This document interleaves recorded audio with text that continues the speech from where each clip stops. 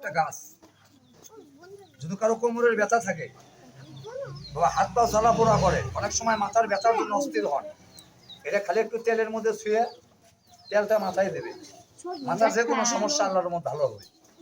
যদি মাজা কোমরের বিষ ব্যথা হয়, ছেলে হোক আর মেয়ে হোক, এটা একটু তাবিজে ভরে কোমরে বাঁধে দেবে।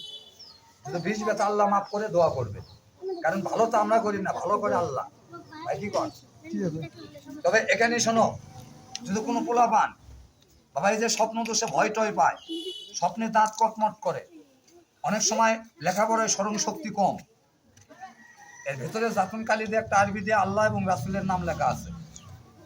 এই যে গাভী গরু পালেন, গাভীর দুধ নষ্ট করে মানুষে, এটা গাভীর গলায় দিলেও কাজে লাগবে।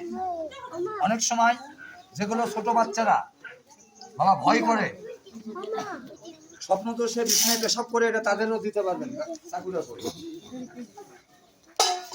তবে যাক, আমি জিনিসটা আগে তোর করি।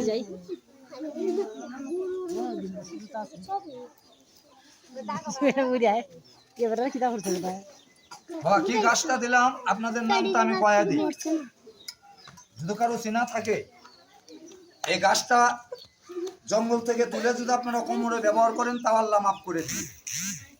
যদি নাম শুনতে চান বলবো, না শুনলে আমি জোর করে বলবো না। এরকম তুলি দিলে গাছের পাতা গাছতে এরকম ফালাফালি করে।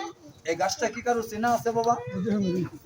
না, লজ্জাবতীর পাতা হলো ছোট ছোট, এটার পাতাটা একটু বড় বড়, তেজপাতার মতো। এই গাছটার নাম হলো তুলুক সান্দাল, কে বলে চুক্তি সান্দাল। এই তুলুক সান্দালের শিকড় শনিবার অথবা মঙ্গলবারের দিন যদি উঠাইতে পারে,